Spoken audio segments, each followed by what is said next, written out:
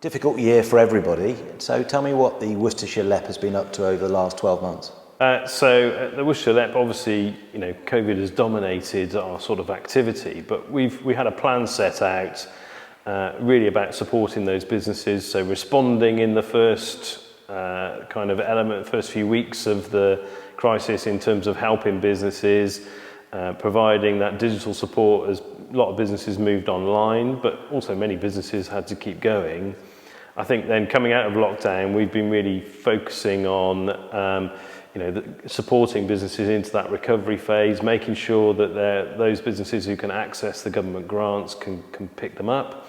But also from then the employee point of view, how do we support the employer to make sure they're picking up best practice? So whether that's the mental health of their staff, how they're looking after their teams, how leadership starts to factor. And we've launched a series of podcasts to really be really informative and just pick up those best practices and communicate that. So the support really is in that phase of grants and support and making sure we get as much government support as we can into our companies to keep them going at this difficult time, but also helping leaders adapt, because I think that's probably been the thing through the pandemic and this sort of financial year that we work to, is the challenges that were this time last year and not the challenges of today. We're now starting to think more positively about how do we open up, and therefore that kind of support that business needs has really changed, and we're moving and adapting with that, whether it's things like Beta Den and the cohort 4 that's literally just started a week ago, starting up those new technology businesses. Those are the things that will make the economy recover quicker. It's interesting you say that, because we feel certainly from a property point of view, businesses are actually quite positive. 12 months ago, I think it was, as you said, crisis management for 3 months. And actually, as you move through the pandemic, I think businesses have actually been quite robust, really. And I think that's probably testament to the support that there is out there, which has been superb. But I get the feeling that businesses are still quite nervous. Gary, where should they go to for continued support? What are the obvious places?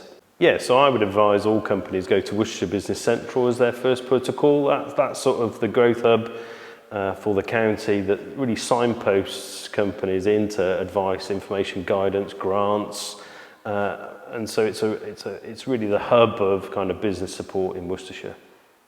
Excellent. So clearly, I think we're seeing that people are going to change their working habits, and we certainly feel a great opportunity for Worcestershire, certainly to attract a lot of occupiers out of Birmingham. What sort of things can we start be doing together, really, in the county to sort of attract those particular businesses? Yeah, I mean, I think Worcestershire, just the environment we're in even today, it's just a fantastic place. And we need to shout about it together, not just from come and live here, but also come and work here. And I think what the pandemic's done is suddenly people are starting to think, actually, hang on, do I need to be in the middle of Birmingham, or do I need to be in London and the South East? Actually, I can work from anywhere. And Worcestershire's that great place. We're so well connected. The digital connectivity investment that we've made over the past 3 or 4 years has really made a difference. So I think this is a place where you can kind of have your cake and eat it from a lifestyle point of view, but also a really vibrant business community, and therefore the role that you guys play and we play is that attractor, really selling the story of Worcestershire as a great place to do business. Agreed, and I think it's great, isn't it? We've got some really good. We talked about the office market, but also that sort of logistics industrial market. We've got some great sites, have we not? We've got Worcester 6, Eastern Gateway, so certainly lots of capacity in terms of attracting. Certainly we feel as a team, that industrial warehouse market has gone through the roof over the last 12 months, but I suppose there's a positive, but the issue that I think we've all got to address is the high streets. What sort of initiatives are you finding that we need to work on, really, as a business community?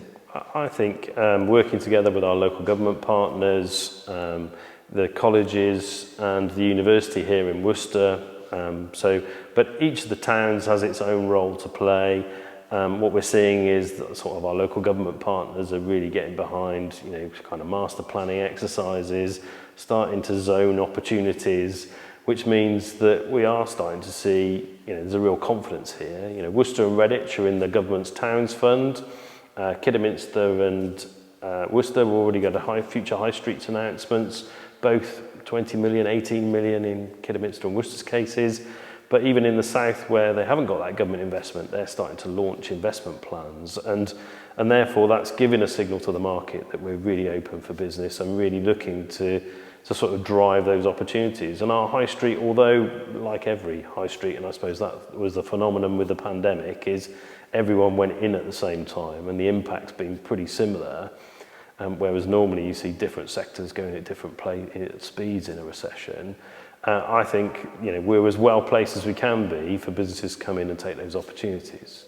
We're also home of the new Office for Environmental Protection, so government offices have been announced in a number of big locations, but actually Worcester's got one of those as well. So we've seen some public sector investment, and I think that will hopefully drive a recovery quicker.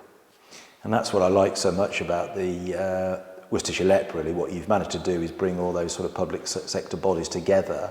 I do feel, and certainly my time on the board, that everybody's working together, where possibly that wasn't the case pre the introduction of LEP. So that's certainly been a...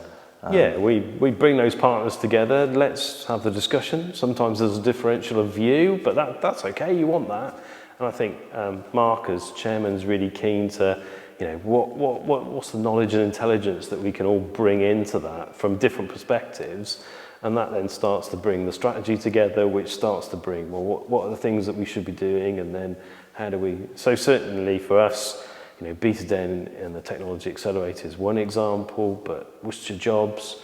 And so as a sort of exec team that supports the board, we're looking for those sort of opportunities that we can then construct different programs, construct different offerings. Again, it sometimes takes a bit of time, so there can be a bit of frustration. Here's the opportunity now.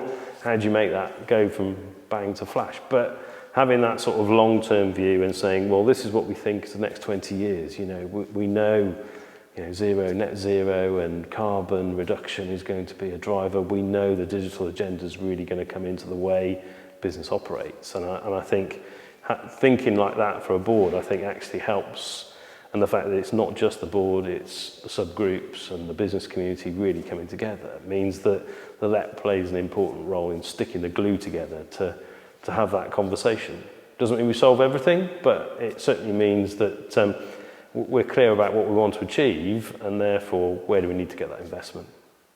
Yeah, I'm glad you used that word opportunity, because we feel absolutely that pandemic was certainly tough for a lot of people, certainly. But yeah, we feel as a team at GJS Dillon that such a great opportunity. We've got so many assets in this county, different variations in what we do in terms of different businesses that we see throughout the county. So I think it looks really positive, and it'd be interesting to see new initiatives coming from the LEP and the business community. Yeah, no, definitely. And certainly we work with every school, so careers, we're definitely looking to light the fire underneath our young people, as much as also keep our 50-plussers working longer, which is going to be, again, a phenomenon of the next 20 years. I think we're all going to be doing a bit longer to keep the economy going and recover from the pandemic. But I think, thank you for your support in terms of this. And I think the report's a great piece of work that really puts a stake in the ground and says this is where the commercial property is and the role that it plays in that next 20 years growth.